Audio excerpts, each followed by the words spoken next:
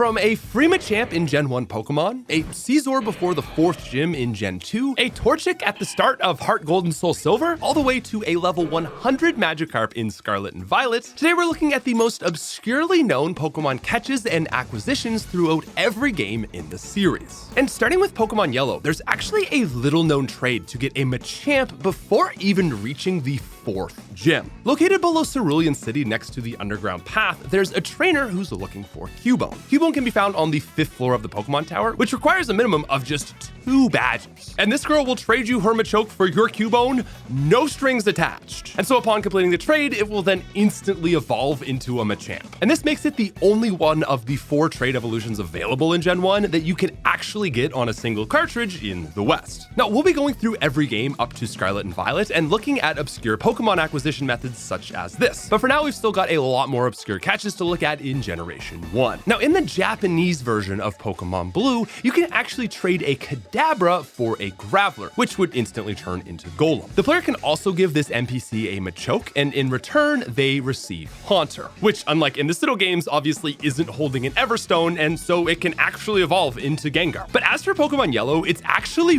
really surprising just how many niche catches exist in this game. Now, probably the most iconic rare catch is the level 9 Pidgeotto, obtainable at 1% in Viridian Forest. Now, this wasn't in the original games, and it was inserted as sort of just a fun nod to the anime. But what is overlooked a lot more is just how many of these 1% catches actually exist in Yellow. The road north of Cerulean City has a 1% chance for a level 17 Pidgeotto, and on the first floor of Mount Moon, there's a 1% chance of finding Clefairy, despite most people thinking you need to go deeper. An even crazier one of these, though, is the level 27 Kadabra, available just west of Lavender Town. Now, Kadabra is obviously one of the best Pokemon in the game, and at level 27, this is almost as strong as the upcoming gym, requires no swap trading like the traditional Abra, and it won't even have teleport to run away anymore. And if you're not looking for Kadabra, the route west of Fuchsia City has a level 29 Pharaoh and 28 Doduo at 5%,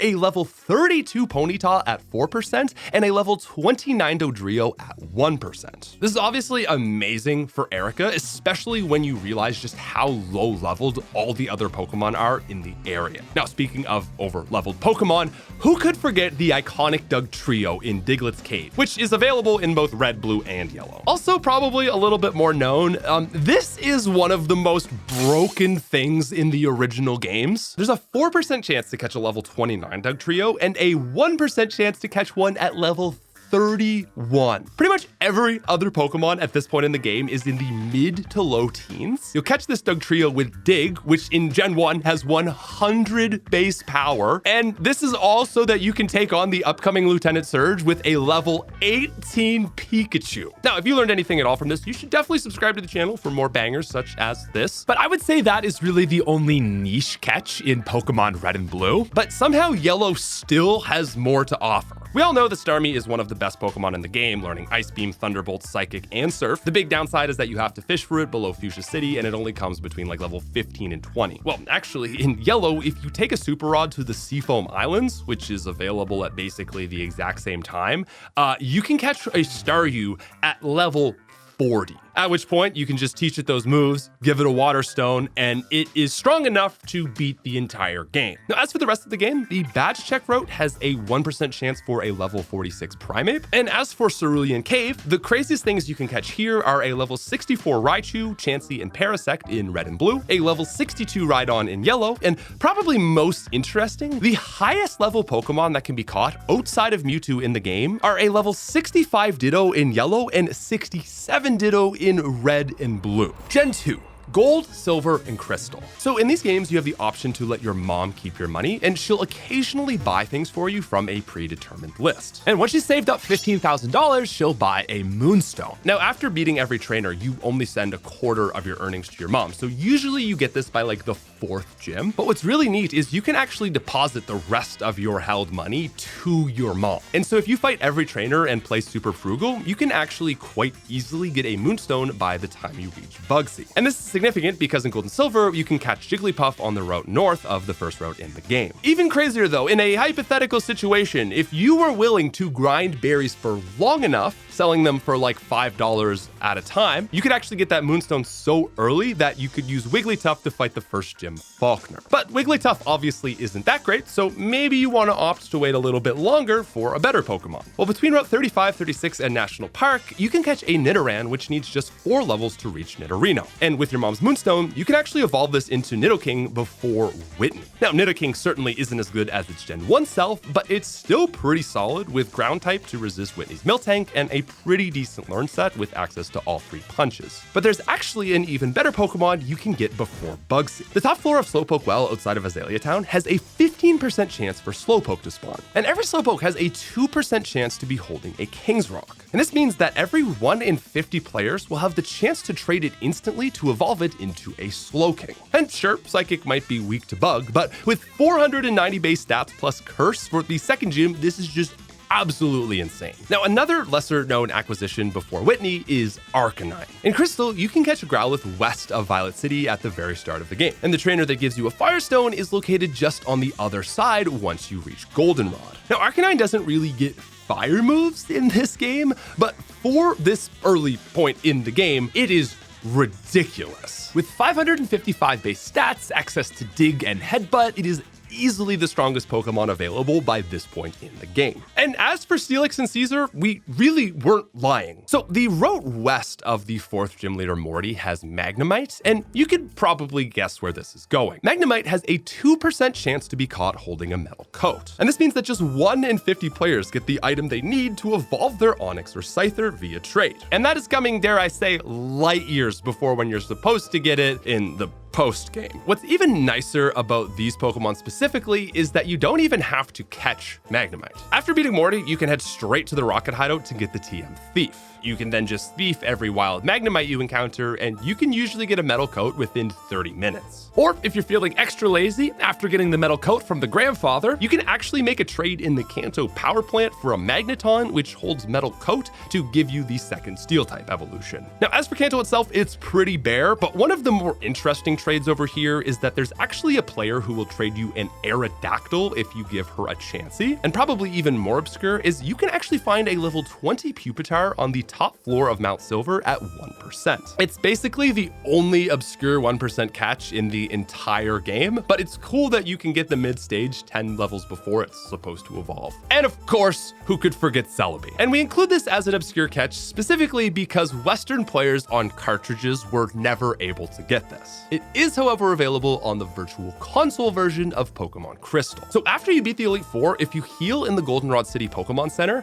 as you're about to leave, a nurse will hand you the GS ball. From here, you can give the ball to Kurt and wait 24 hours. And upon putting it in the shrine, the previously locked Celebi event is now available. Generation 3. Ruby, Sapphire, and Emerald. Now, to most players, the Ocean Road encounters of Hoenn may seem to be completely identical. We all know surfing yields nothing but Tentacool, Wingull, and Pelipper, while fishing gives you anything from Magikarp up to a Wailmer or maybe Sharpedo. But in all of Gen 3's Hoenn, there is one route that has a different encounter chart. Route 129 has a Wailord encounter at just 1%. Now, what's particularly weird about this is in Sapphire and Emerald, this can spawn anywhere from level 25 to up to 30. But Ruby has its own encounter chart, which at 1% again makes it the only place that you can catch a level 40 Wailord. Now, Hoenn doesn't have a ton of niche low percent encounters, but the 1% Magneton and Electrode at level 26 in New Marvel is one that I think is definitely obscure. Now, unlike the legendary Doug Trio, this one is not known that well simply because it's not that useful. Seeing as the previous gym fight had levels higher than this encounter rate, it's just like, why would you ever put the time in to catch these like not that impressive Pokemon? But in being bad, it also ended up making them more obscure. Another very weird one to me is the 2% Fiery Path Grimer in Sapphire and Emerald, and the 2% Coughing in Ruby. We all know that these Pokemon are in these games because you see them on the enemy team, but for me at least, I just kind of never knew like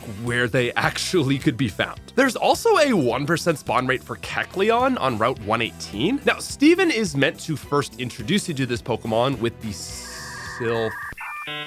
the Devon Scope, not the Sylph Scope. Game Freak was very creative with their scopes. Anyway, this was meant to be the first time you encounter Kecleon, but very weirdly, you could actually have ran into it a few routes earlier if you just happened to get lucky, which is kind of weird if you think about it, because that would just deflate the whole plot point. Now, another neat little fact is that players who are dedicated enough to complete their Hoenn decks would actually be rewarded with one of the starter Pokemon by Professor Birch. However, Professor Birch gives you not another Hoenn starter, but actually one of the Johto 3. And speaking of Johto, one seemingly random encounter is Sudowoodo at the Emerald Battle Frontier. I don't know what this guy's doing. Maybe he's on vacation or something. But if you head down this path and water the weird tree with the Whalmer Pail, you'll be greeted with a battle against Johto's favorite Wiggler. Now, one of my favorite niche encounters in this game is the secret area to get the second fossil. After beating the game, the Dig Maniac will dig a tunnel all the way below the desert where you can not only pick up the missed fossil, but also Ditto. Now, if you're looking for a Scizor or Steelix, you won't find one in Hoenn, but the increase for Pokemon to have held items at 5% makes getting Kingdra a whole lot easier. Horsey is only available from the Super Rod, but if you have a Pokemon with the ability Compound Eyes in the front of your party,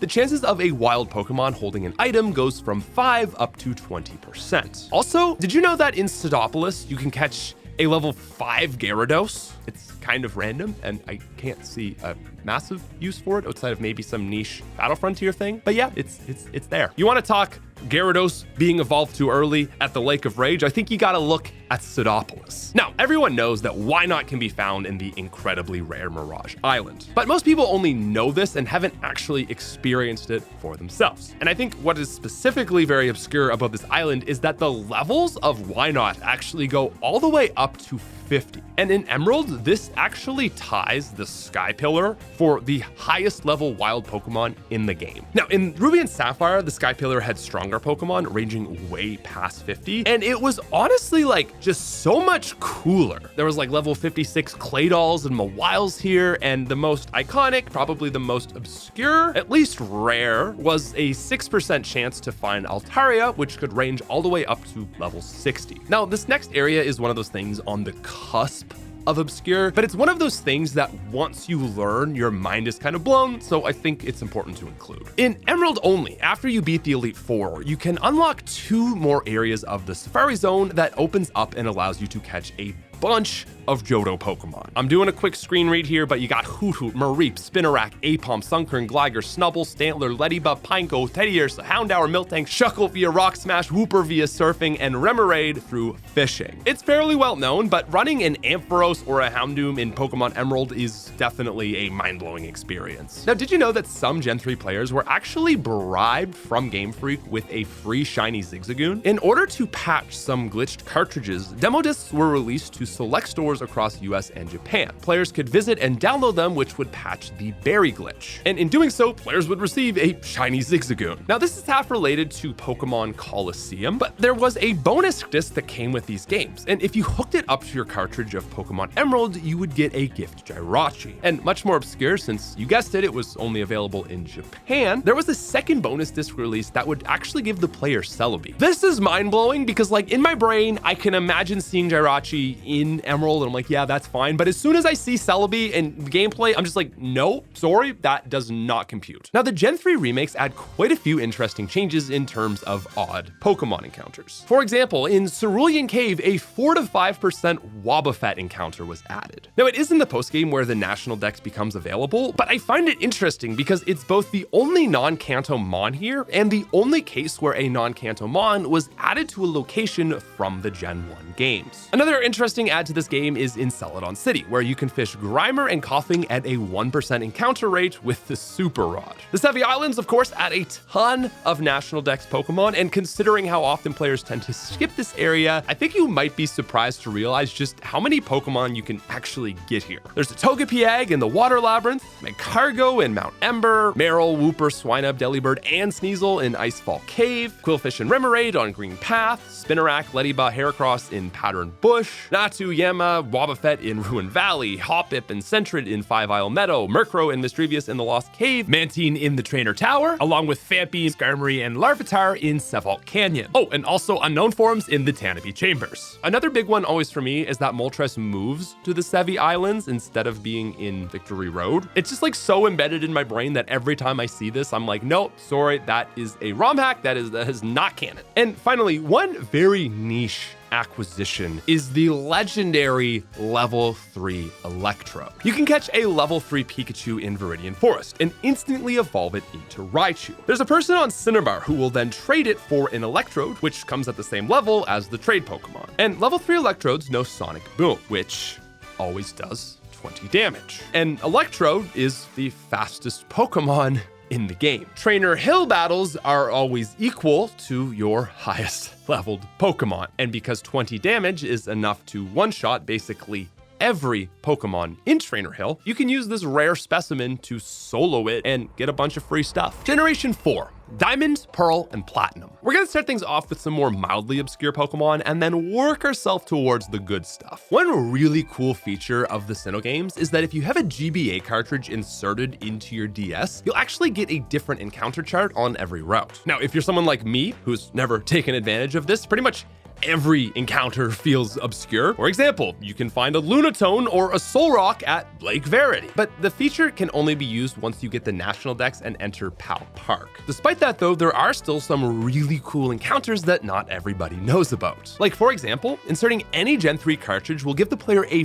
4% chance to encounter a fully evolved Gengar. So take that, Mindy, with your stupid Haunter Everstone trade. And in case you didn't know, Sinnoh also has a weekly encounter with a Drifloon on Fridays at Valley Windworks. It's a nice early pickup for your team because it's a high level and it's got 3 immunities. Of course, there's also Rotom in the Old Chateau, which you can only encounter at night. And Route 230 in the post game also has a 5% chance to fish a Wailord, which really isn't that obscure. I just thought it was crazy that you can fish up a Wailord. That's crazy. But of course, the game still has many more obscure catches. Throwing it back to the style of Pokemon Yellow, I feel like it's not that well known, but in Eterna Forest, you can actually get a 1% Dusktox or Beautifly. And because I know half the comment sections are going to say it, I will mention Munchlax. Munchlax is a good example of a rare but not obscure Pokemon. With the honey system and a 1% catch rate, this thing is borderline impossible to catch, but everybody knows it's there, which is what makes it not obscure. Also, I know everyone clowns on Barry for having ADHD, but can we please just take a moment to appreciate this man's dedication in the hyperfixation of catching one? Now, Route 213, 218, and Canalave City has a 1% Gastronaut encounter, but this can actually go all the way up to level 40, which makes it a super good encounter to catch and use. It's the same thing for Pelipper on routes 219, 220, and 221, but it's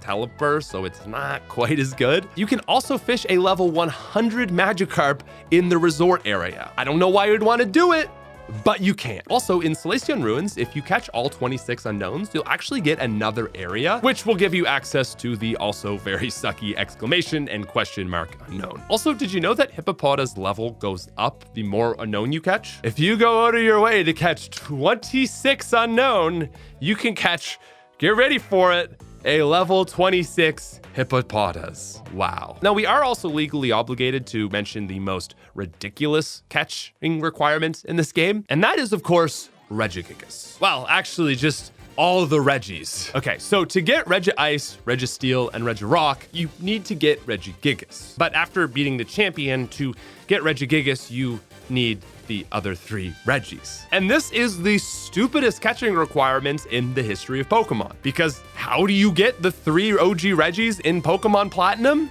You transfer them from another game. You have to play through most of the Hoenn games, catch them, and then transfer them over to, again, get the Regigigas so that you can get the Regis that you already have. I'm sorry, it's just like, it's so stupid. I don't get it. I feel like I'm missing something, but it's so stupid. Another very cool one is you can get a Surf Volt Tackle Pikachu. This is a reward for completing Pokemon Battle Revolution. There's also the Battle Revolution Electivire and Magmortar via entering a specific code in the shelf introduction. I'm kind of also just on the note of absurdity. There's the whole Pokemon Ranger Manaphy Phione thing. The only legitimate way to get Manaphy in Gen 4 is through Pokemon Ranger. But what is very cool is you can then transfer this egg over into Diamond, Pearl, and Platinum. And Manaphy is very unique because it's a legendary that can actually breed. You can breed it with Ditto and you'll actually get a Phione egg. I hope that's how you pronounce that. Wait, is it Phione? I'm sorry, listen. There's over 1,000 Pokemon. I'm not perfect. Anyway, moving on to the Johto remakes, there is a surprising number of interesting adds to this game. The first thing we need to talk about is spiky-eared Pichu. Quick crash course. There was an event distribution in 2010 where players were given an exclusive Pikachu-colored Pichu, basically just shiny Pichu. And if you traded this Pichu to Heart Gold Soul Silver and brought it to the Ilex Forest Shrine, this spiky-eared Pichu, which is from Arceus and the Jewel of Life, would pop up and join your party. Another really obscure catch in these games is Torchic. Nintendo released a special route called Amity Meadow as a Wi-Fi mystery gift event. And this connected to the Pokewalker, which was this little device that you actually walk around with to get steps. It was this thing to make kids more active. And depending on the number of steps you get, you'd actually get better and better encounters. Now, you can still activate this whole thing doing a DNS exploit in Heart Gold Soul Silver, and walking 10,000 steps will give you a 1% encounter rate for Torchic. Also, did you know that you can get a level 51 Gyarados after the 4th gym in these games? A level 50 Magikarp can be found on Route 43 above Mahogany Town. It's a 1% encounter rate, but to get it, all you need to do is just put a Pokemon level 26 or higher in your party, hit a repel, surf around for a little bit, and boom, there it is. Give it a rare candy, you're set to sweep the game. Now, jumping back to those steel types for a second, if you don't want to grind for a metal coat in Heart Gold Soul Silver, you can actually find a Steelix in the wild in Cliff Cave as a rare 2% encounter. This is accessible after curing Amphi in the Lighthouse, so you can actually get it with a minimum of just 4 badges. And also, while the Iron Islands in Sinnoh is kind of not really all that niche for Steelix, in Mount Silver Cave, in Moltres' chamber, there's actually a 20% chance to find Steelix here as well. Another cool thing about Cliff Cave, though, is that if you come back in the post-game, rock smashing the rocks here will yield you a Claw Fossil for Anorith in Heart Gold and a Root Fossil for Lileep in Soul Silver. And technically, you can also get a Larvitar before the Elite Four in the Safari Zone. You have to clear both Balba missions, but it is technically doable, and then it can be found in the rocky area. The big issue is that the game's level curve is so bad, you're not going to be able to evolve it into Tyranitar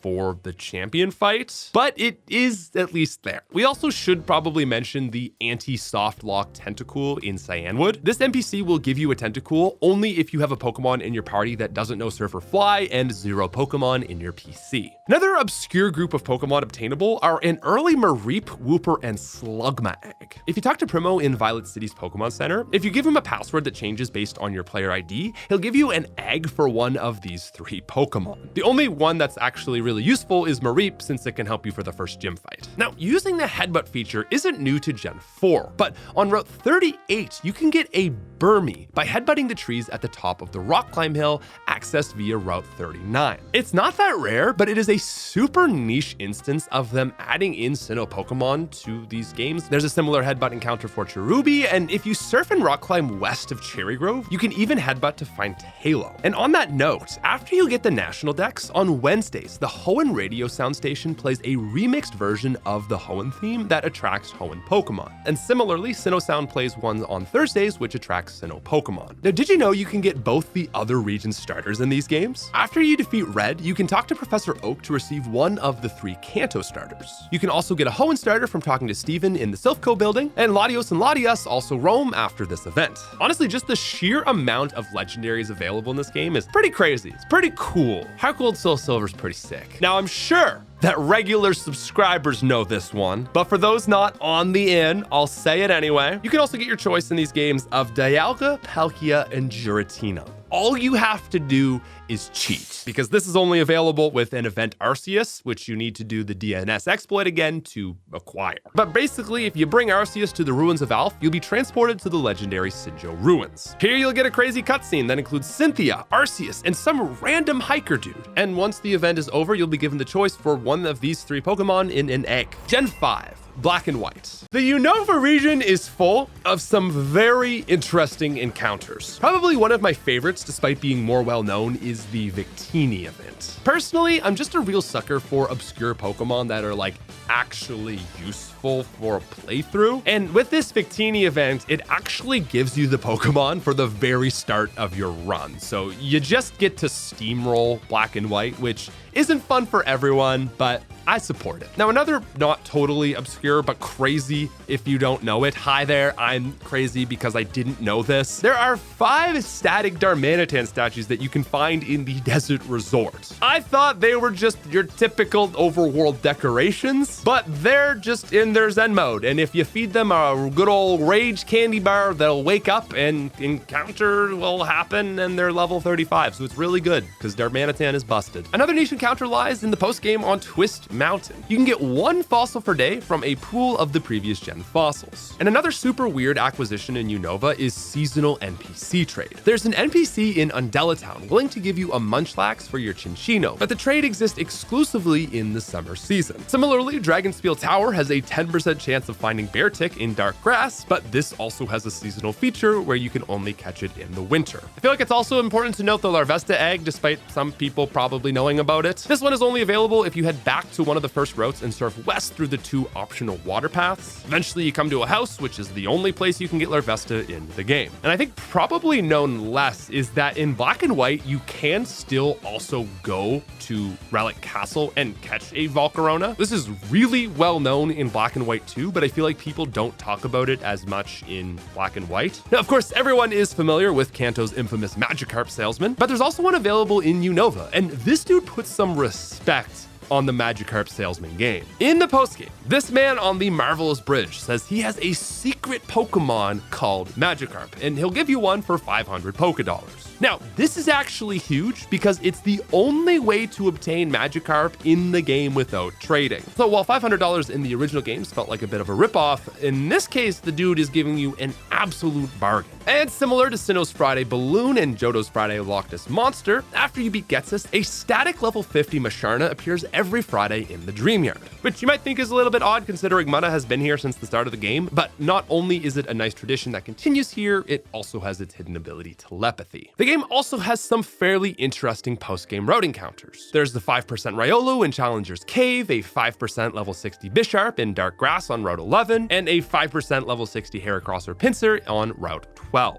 Of course, another feature that has the potential for just so many interesting encounters is Gen 5's Rustling Grass, Dust, Cloud, Rippling Water. Basically, these are guaranteed encounter patches that have a different encounter chart. For example, the Giant Chasm has Metangs, but a patch of Rustling Grass has a 5% chance for Mamoswine, Clefable, and a level 55 Metagross. Now, if you're not familiar with them, they're pretty much all very cool. But outside of Metagross, the other really crazy one is a level 50 Tyranitar on Route 15. And a big part of the reason that these encounters aren't that well known is because in both cases, you can just get a Metang or Pupitar way easier and 10 levels higher from the Dark Grass. Another pretty obscure catch is that if you fish in Rippling Water, which is the water equivalent to Rustling Grass, there is a 1% chance Dragonite spawn in Dragonspiel Tower ranged level 50 to 70. Route 1 also has a 5% chance for a Milotic from 45 to 70. Oh, and we should also mention the special Zorua event that required the Celebi from Heart Gold and Soul Silver. Once you trade your Celebi over from Heart Gold Soul Silver, the player would encounter a special Zorua disguised as another Pokemon in your party. There's also an event tied to Zoroark, and this one is probably even more niche. By having a shiny legendary beast in your party, so getting a shiny Suicune, Entei, or Raikou, probably from Heart Gold or Soul Silver, or I suppose also maybe through a distribution event, you could then bring it to Lostthorn Forest and a special event would trigger where you encounter Zoroark. It would appear as the shiny legendary beast and would actually stay as its shiny variant once you caught it. Now, as we move into the sequels, the Hidden Grotto Pokemon are pretty noteworthy for having their hidden abilities like 1% Prankster Murkrow or Multi-Scale Dragonite. Now, speaking of Dragonite, in White 2, you can get a shiny Dratini at White Tree Hollow. This is a post-game battle area with tough fights, and you get the reward if you beat all 10. And in beating Black 2's Black Tower, you can get a shiny Gibble to get a shiny Garchomp, which you're not even going to notice that it's shiny because it's like the exact same color. Now, the Rustling Grass feature returns in this game, and one encounter that I think is just absolutely crazy is finding a fully evolved Slacking in Pinwheel Forest. There's also a no friendship needed Crobat in Dreamyard, but man, I don't know, something about that Slacking just kind of blows my mind. Now, it's not super obscure, but one really cool early pickup in these games is the early evolved Mandibuzz on Route 4 in Black 2 on Thursdays, and the early evolved Braviary on Route 4 in White 2 on Mondays. There's also the Crustle you can come back to wake up in Seaside Cave with the Colress machine. And the game has a Jellicent static encounter in Undella Bay in Black 2 on Mondays and White 2 on Thursdays. Of course, we are also being held at gunpoint so that we mention shiny Haxorus. If you see everything in the Unova Dex, you'll get access to the Nature Preserve, which you can then find shiny Haxorus. There's also a level 100 Magikarp in the Nature Preserve, which is, once again, kind of cool, I guess. You can also get a level 1 Gyarados from Rippling Water. Nothing matters. Everything is insane. You can also encounter Enzarua in Driftvale City. In fact, all of En's Pokemon become available after setting up the memory link. Purloin on Route 2, Pidove in Pinwheel Forest, Boldore, Joltik, Ferroseed, and Clink in Chargestone Cave, Woobat in Wellspring Cave, Timber and Timple in Pinwheel Forest, and Sandile, Darumaka, Darmanitan, Scraggy, and Sigilith in the Desert Resort. And now, this one is sort of a level-specific thing, but you can get the Therian Forces of Nature at level 5 from the Pokemon Dream Radar if you do it while you have no badges. And also kind of interesting, on Twist Mountain, you can get a level 57 Cryogonal, 56 Beartick, and 56 Heatmore. But in Winter only, you actually get higher odds, but Beartick only comes at level 54. Generation 6. X and Y. Okay, we're starting things off with probably not the most obscure, but definitely my favorite encounter. A lot of the modern games have a bit less of that, wow, you can catch this really rare but like high level Pokemon and it's really helpful for the whole game. X and Y, I know I complain a lot, but they do this one thing very well. Before the second gym, if you go back to Glittering Cave with Rock Smash, you can find Old Amber and have it instantly revived for the absolute monster that is Aerodactyl. And even better, another guy in the fossil building will just give you the Mega Stone for Aerodactyl here and now. So it is just ready to go the moment that you get the Mega Stone wristband, Mega Stone helmet, the thing around the third gym for Lucario. Listen, don't tell me that this guy here doesn't X and Y. Anyway, Mega Aerodactyl is at least 90% good as Mega Lucario. It's super early and a fun, different way to play X and Y while still being the most easily dominant trader in the region. Now, Flabebe may seem pretty common, appearing in the games on Route 4 and 5, and the yellow and red forms are 30% encounters. But what I think is sometimes missed by some players, because like a Flabebe is a Flabebe, is that the orange form is only 4%, while the rarest form, white, is just a 1% encounter. Another fun little obscurity in these games are horde encounters. These are X and Y's version of special encounters with their own encounter charts, and they have some very niche catches. One good example is Talo on Route 8. It has a 5% chance to spawn within a 5% horde encounter, making it a 0.25% encounter rate. But if you really want to go deep, there is then a 5% chance for this Talo to have its hidden ability Scrappy, which one is way worse than Guts, and 2, I'm not doing the math on that, but it's awful. There's also similar encounter rates for Ekans on Route 14 and Arbok on Route 19. There's also Hoppip, which is available as a 60% horde encounter. Sudowoodo is a 5% horde encounter on Route 20 with Trevenant. And going even deeper, there is this really little known feature. If you put a Sweet Scent holding Pokemon at the front of your party, you'll always get horde encounters, but it's like, I don't know, man, only on a Tuesday in the right kind of grass on certain routes if you're like allergic to penicillin. The entire mechanic is just really deep. Now, most people know Lapras is available as a gift on Route 12, but partly because of this, what's a lot more obscure is that Lapras is also available at level 27 as a 1% surf encounter on Route 12 and Azure Bay. Route 17 also has a 1% chance for a fully evolved Abomasnow. There's also Heatmore at 1%, and you're not seeing gameplay of these two because I told Craig not to get gameplay for this. I just want to take a moment to acknowledge how much work goes hours into finding like every single one of these clips, and I told Craig, I was like, just don't do these 1% encounters. They're stupid. They're not worth your time. Now, you probably knew there was a 5% Zweilous in Victory Road at level 59, but did you also know that there's a 5% Sky encounter for an under-leveled Hydreigon in the same place at the same level? Also, this isn't that obscure, but you can get a Pharaoh Seed from the ceiling in Reflection and Glittering Cave. It's not that rare, but I just find it weird that it's on the ceiling. Maybe I'm not thinking about this right, but like bats are on the ceiling. That makes sense. I don't understand what it's doing up there. Anyway, if you shake 4 trash cans in the Lost Hotel on a Tuesday, you can get a Rotom. A lot of people probably know that. But what I think a lot of people might not know is there's a small chance to get one of Rotom's forms directly from this. There's a 75% chance for the default form, but all the other ones have a 5% chance. And moving into the Hoenn remakes, not totally obscure, but one of my favorite things about these games is that after you become champion, Professor Birch gets attacked again. And so instead of having to complete the national decks, you actually get to choose one of the Johto starters to fight and join your party. But what's even cooler is that once you complete the Delta episode, you can choose a Unova starter, and if you beat the Elite Four for a second time, you'll actually get to choose one of the Sinnoh starters. The game also has a camera up gift from a Magma Grunt in the Battle Resorts, while the Aqua Grunt in Sapphire, of course, gives you a Sharpedo. And one Pokemon that I think a lot of people forget is in this game is Spiritomb. The odd keystone can be found in the decaying research facility Sea Mauville, which is like the new updated version of the abandoned ship from the Gen 3 games. And even though like a lot of people, know what the odd keystone is, I think it manages to stay obscure because there's also a equal number of people that probably just never played the Gen 4 games. And you actually have to return here with Dive if you want to find Spiritomb. But if you do, once you surface back up, there's a place where you'll start to feel like you're being watched, and upon inspecting some papers on a shelf, Spiritomb actually spawns right behind you. And Aura's also removed the Wailord and 1% in New Mauville, which is sad. Generation 7, Sun, Moon, and Ultra Sun and Moon. The most infamous encounter in Alola comes from the new SOS Ally Pokemon mechanic. During a battle, a wild Pokemon can call another Pokemon for help, and it won't always be the exact same species. Well, I mean, it mostly will, but just like its older,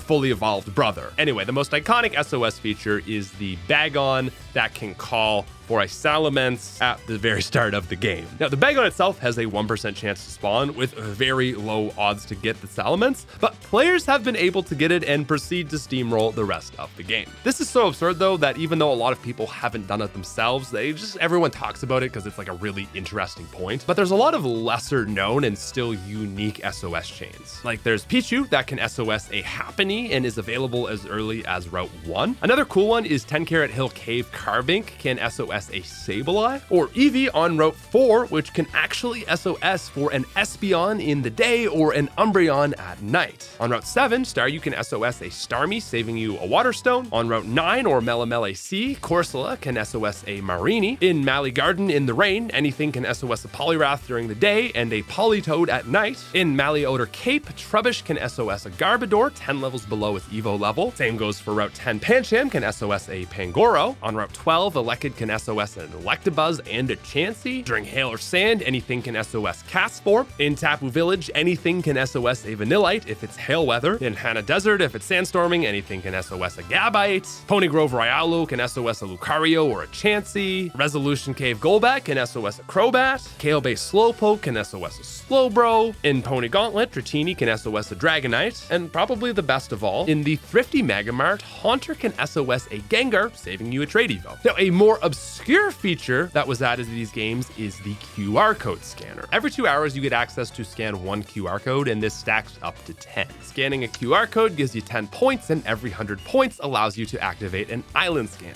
You scan the island you're currently on, and you'll have 1 hour to find the Pokemon. Each Pokemon also only appears on a certain day. But what this gives you access to is crazy. These are in Ultra Sun and Moon, but they go as follows. Charmander can appear on Route 3 on Sundays, a Squirtle with Aqua Jet can appear in Seaward Cave on Mondays, and a grassy terrain Bulbasaur on Route 2 on Fridays. You can also find the mid-stage Hoenn and Sinnoh starters along with the Gen 6 final stagers. I just think for how cool this is, it is not talked about nearly enough. Because like, again, this is available at the start of the game. There's no like post-game requirement. You can just rip this as much as you want. And so like all these different Pokemon that you can add, there's a whole bunch of other ones too. It just makes for like a really interesting and dynamic opportunity for replay. A few other cool encounters include the Aerodactyl in Seafolk Village and the Huntale boat. There's Porygon in the Ether House after beating the E4. You can get a Cosmog if you head to the game's alternate lake. There was a Magearna available from a QR code. And of course, Western players could get access to an Ash Greninja by beating the Sun Moon demo. And in the Ultras, a lot of these remain, but there are some changes as well. The Salamence is still there, but just way harder to get. And there's also now a no trade needed Huntale and Gorbis by SOS chaining Clamperl at night and day respectively. Not even really sure how obscure this next one is, but I'm just like such a Gen 1er that I have to mention you can get a Surfing Pikachu. Just gotta beat the high score on all 4 Mantine surf courses. Anyway, after completion of the Akala Grand Trial, you've got the Criminal Hypnos, there's the Beware from the Beware costume show. Also, when you speak to the policeman in Route 9's police station, they'll reveal themselves as a Ditto in disguise. After fighting it, the officer behind the desk will inform you of the Ditto 5, a group of Ditto that masquerade as humans, and he asks for you to investigate them. The remaining Ditto are hidden somewhere in Coney City, and each has set natures and IVs designed to help with competitive breeding. Now, as for the Let's Go games, there's actually a surprising few number of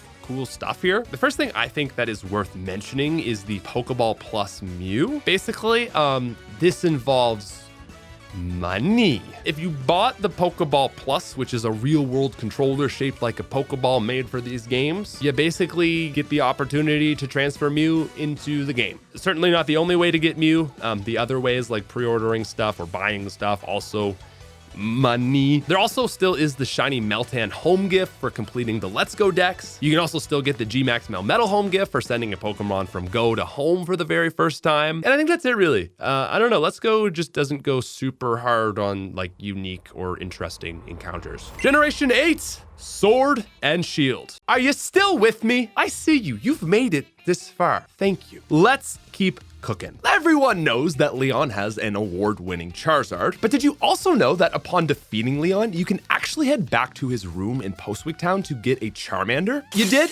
Okay, yeah, that's fair enough. In that case, let's keep it rolling. Another Pokemon most people know about is the Kubfu you get after beating all the Isle of Armor challenges from Mustard. But did you also know that Hyde will give you a Porygon at the exact same time? All right, then how about Cosmog? A lot of players don't know this, but you can actually find this in the Crown Tundra after catching Glastrier and Spectrier. Another Pokemon that I think a lot of people don't know actually have 2 different forms is Poltegeist and Sinistea. So Sinistea actually has 2 different forms. There's antique form and phony form. And they have absolutely no differences in stats or appearance other than the fact that the antique one has a little sort of stamp of authenticity on the bottom. And the phony form requires a cracked pot to evolve, while the antique form needs a chipped pot. It's pretty subtle, but I think because a lot of people have never gone out of their way to evolve this Pokemon, they don't actually know that there's 2 different forms. There's also Poipole after catching 5 Ultra Beasts in Dynamax Adventures, and probably much less known in these games. By talking to 32 people who appear in the game when online, you can actually get Spiritomb once again. Now, throwing it back to a more old school style of encounter, we have to mention the Firestone that you can get as soon as you reach the wild. Now, I mentioned this because we just talked about it in our big fire type Pokemon video. And what's crazy about this is between the 2 games, you can either get Growlithe or Vulpix right from the wild. And so as soon as you catch them, you can just evolve them into Arcanine and Ninetales and get all of their best power moves from the level 1 move relearner. And then the first gym is grass. So it's just like absurdly broken. And this actually works with the Leaf and Water Stone as well. On Route 2, there is a 20% chance to catch Lotad or Seedot, depending on which game you're playing, which one is just like a really fun reference to Ruby, Sapphire, and Emerald. But you can also evolve these Pokemon super early. Once you get to Turffield, which is the town with the first gym, you can actually pick up the Leaf Stone right away. And because Seedot evolves into Nuzleaf at like level 14, you can just get a Shiftry before the first gym. And similar to the Firestone, you can actually get the Water Stone in the first wild area. You just have to head to Bridgefield and you can find a Water Stone to evolve your Lombre into Ludicolo near the Pokemon Nursery. The game also has a bunch of other random encounters sort of scattered across the entire wild based on weather. And there are a ton of these, so I'm just gonna go go over the more notable ones. Before the first gym, you have Ralts in the Western Grassfield at 2% in overcast weather or 60% in fog. There's Wishy-Washy with a 5% fishing encounter in East Lake Axwell. There's a 10% chance for an Onyx at a level that's catchable in harsh sun or sand. There's a 2% level 10 to 15 Blissey only in fog in the Isle of Armor Fields of Honor. Also, I think a lot of people don't know this, is there is a 1% early Sizzlipede on Route 3. Similarly, you have a 1% Pharaoh Seed on Route 4. Now, also in the Isle of Armor on the Fields of Focus, only in fog you can find a 10 to 15% chance Zorua, and only in Shield during thunderstorms is there a 10% chance to find Goomy. Now, that is again all before the first gym. Up until before the fourth gym, you've got some other pretty interesting and obscure catches. There's a 5% Marini Fish in Motostoke Riverbank, a 2 to 5% Cramorant, only in the rain in the wild area, a 10% Doug Trio, only in harsh sun in Giant's Cap. During fog, a 3% Mimikyu in Giant's Mirror as a random encounter only, and a 5% Hawlucha random encounter only in Overcast in Hammerlock Hills and Route 6. There's also a 5% Wailord and 1% Lapras Fish in Chichester Bay. And while not as heavy, I feel like fishing up a Lapras feels even more insane. Oh, and also outside of Spikemouth, kind of a weird one, Toxapests comes evolved, but only if the weather is clear. And this next one isn't super obscure, but I feel like it's cool enough to mention, and that is the actual size Wailord static encounter. There's also the type null gift in the battle tower after becoming champion, and you can get a Gmax Pikachu if you have a Let's Go Pikachu save, or a Gmax Eevee if you have a Let's Go Eevee save. Another cool gift is the Shiny Keldeo from home for completing the Sword and Shield plus DLC decks. The game, of course, also rewards players with a Pokeball Magearna from completing the National decks up to Sword and Shield pre-DLC. One other thing that I think a lot of people are going to mention are just the general wild encounters along with the curry encounters. And honestly, while there are some cool things through this, I just feel like nothing is truly obscure. Like, sure, not every single person is going to know every single encounter because there's just so many,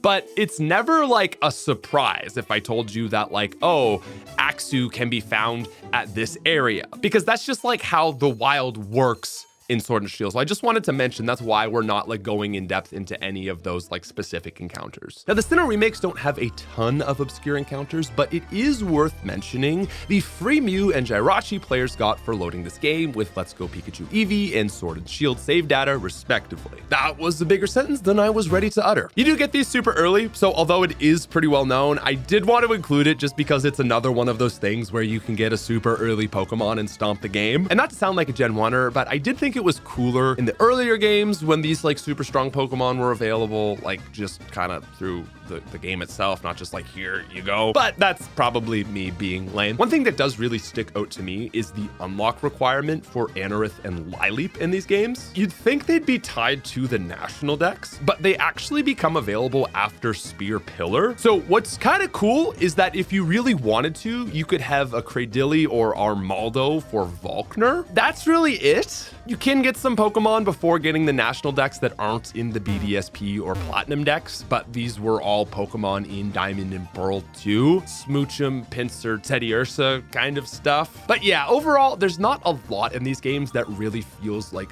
truly obscure. Now, what's cool is finally for once, I have a lot to say about Pokemon Legends Arceus. Usually with this game, there's not much to say because we're looking at battle mechanics, but there are quite a few obscure Pokemon. Of course, we should probably start with the fact that in the post game, you can actually get the 2 starters that you didn't choose. Off the top of my head, I can't even think of a time that this has ever been done before. Another really cool one is the Alolan Vulpix you can get from the Snow White Vulpix in the Snow side quest. Here you need to help Kiyaka, who's actually a character from Alola, find his 5 missing Alolan Vulpix, and then you get one. There's also a shiny Ponyta, which you can get from the side quest A Peculiar Ponyta. It was titled Peculiar because it was shiny. Oh, also, Flying Gyarados. Maybe not that obscure, but it's pretty cool. This one's special to me personally because it sort of single-handedly allowed us to give Gyarados Fly in the Legacy games. You can also get a shiny Enamorous home gift for completing the PLA decks. There's also the game's many space-time distortions. You can get a Steelix, Gengar, Sylveon, Leafeon, Weevil, and Ursaring from these in the Obsidian Fieldlands. There's Porygon Z, Umbreon, Flareon, Hisuian Typhlosion, Heracross, and Snorlax Snorlax from the second area, Crimson Mirelands. And these kind of continue on for the rest of the game. But what I think are the most special are these ones in the early game because they just offer you with such an absurdly ridiculous amount of power. Generation 9, Scarlet and Violet. Okay, so did you know that in these games, there's a static squawk ability on the top of the player's house? I have a weird feeling that I'm the only person that doesn't know this, but damn, kind of blew my mind. Another one I totally missed is Pyroar. There is a Pyroar on the top of the rock near the Savannah Plaza in the terrarium. And this is a Lion King reference, and I've never seen the Lion King, and I totally missed it. Another really fun reference is a Stellar Haxorus, which can be found in the Canyon biome. This is really cool because it's the same spot that Shiny Haxorus appears in Black 2 and White 2. And once again, these games are home to a level 100 Magikarp, which you can find in Fellhorn Gorge. What's especially cool about this Magikarp is for the first time ever, you can evolve it. And it's very similar to Generation 8, you have Artisan Form Poltergeist and Sinistia. Of course, there's also the legendary 3-segment Dunsparce form at 1% chance. Similarly, you've got the 1-100 family of 3 Mousehold. Another cool thing is that Own Tempo Rockruff is available naturally in this game, which used to be a very rare Pokemon. I should note it's not a hidden ability and is treated as a separate form, which evolves into Dusk form Lycanroc. Another cool one is you can get Hisui and Growlithe in these games from Perrin in the Teal Mask. And while this one is annoyingly difficult, it also feels a little bit on brand for the Pokemon because this is a shiny Munchlax you can get from beating the Ogre Oustin minigame on hard difficulty. And probably one of the best groups of cool, sort of not well-known Pokemon are the static Terra encounters all across the region. There's obviously